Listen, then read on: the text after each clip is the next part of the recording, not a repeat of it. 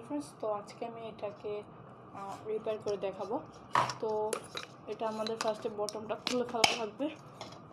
এরপর যখন আমরা এটা দেখবো, সবগুলো এলইডি দেখবো। এখানে যখন এলইডিটা খারাপ হয়, এখানে দুইটা কারণে খারাপ হয়। একটা এলইডি পুড়ে যাওয়ার কারণে, আর একটা হচ্ছে মেইন সার্কিটের প্রবলেম। তো আরেকটা সার্কিটের প্রবলেমটা আরেকটা ভিডিওতে আমি দিব। আপাতত যে এলইডি ব্লাস্ট বা পুড়ে গেলে আমরা কিভাবে এটাকে রিপেয়ার করতে পারি। এটা খুললে যদি এখানে এলইডির উপর একটা পুরো কালো থাকবে, পুড়ে যাবে এলইডিটা, ওটা বোঝা যায়। আর এখানে আমি আগেও একবার রিপেয়ার করেছিলাম, বাট তখন ভিডিও করা হয়নি, তো আজকে করে রাখলাম। এটা দুইবার রিপেয়ার হবে, দেখি হয় নাকি। তো আমাদের এই এলইডিটা আবার নষ্ট হয়েছে। আমি আবার এটা এরকম থাকে, এটার একটা চাবি দিয়ে এটার উপরের ভাগটা হলুদ কালার লেয়ারটা আমাদের ভেঙে ফেললে দুইটা টার্মিনাল আসবে। এই দুইটা টার্মিনালকে শর্ট করলে আমাদের বাকি লাইনগুলো চলবে। এগুলো সিরিজ লাইনে থাকে, একটার সাথে একটা কানেক্ট থাকে। যদি একটা বন্ধ হয়ে যায় বা নষ্ট হয়ে যায়, তো বাকিগুলি চলে না। যদি শর্ট করে দিই তাহলে বাকিগুলি চলে। ব্রাইটনেসটা একটু কম হবে, বাট চলানোর মতন হবে। ইমার্জেন্সিতে এটা তোমরা করতে পারো। মেইনলি যাদের কাছে সোল্ডারিং আয়রন থাকবে না, তারা এই পেন্সিলটা ইউজ করতে পারবা। আর যাদের কাছে সোল্ডারিং থাকে, তো সোল্ডারিং থাকলে এটা হচ্ছে একটা সহজ উপায়, অনেক দীর্ঘদিন যাবে। পেন্সিলও দীর্ঘদিন যাবে, ওইটা এরকম না।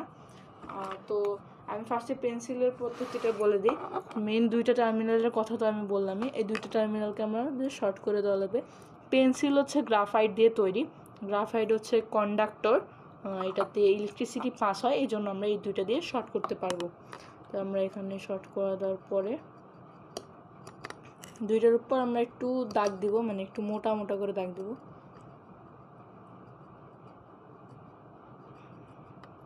এখন আমি সোল্ডারিং আয়রন দিয়ে চেক করবো, দেখি এটা চলে নাকি ভাই। পারফেক্ট। এখানে তাও অনেকগুলি লাইট চলবে না, এই যেমন এটা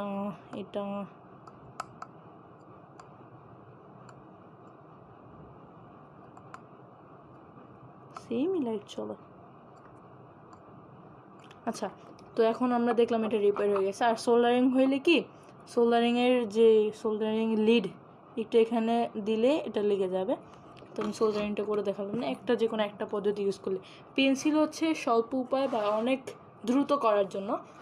ভিডিওটা আর বড় করতে চাই না, চলো এটা টেস্টিং করা যাক। ওকে, তো আমরা এখানে দেখব এই যে আমাদের হোল্ডার, আমি এটাকে লাগাই নেব। এই যে আমাদের সেই রিপেয়ার করা বাল্ব। আর মেক শিওর জন্য এটার ইলেকট্রিসিটির লাইনটা অফ থাকে বাল্ব লাগানোর সময়। আর কাঠের জিনিসের উপর দাঁড়িয়ে করা উচিত। তো কাউন্টডাউন 3, 2, 1 গো। তো আমাদের লাইটটা একদমই ফুললি রিপেয়ার হয়ে গেছে। তো এই ভিডিওটা ভালো লাগলে প্লিজ লাইক, কমেন্ট, শেয়ার এবং সাবস্ক্রাইব করতে ভুলবা না। আর যারা ফেসবুক থেকে দেখছো অবশ্যই লাইক এবং ফলো করে দিবা পেজটাকে। ধন্যবাদ জানাচ্ছি সবাইকে। দেখা হবে নেক্সট ভিডিওতে। Bye bye.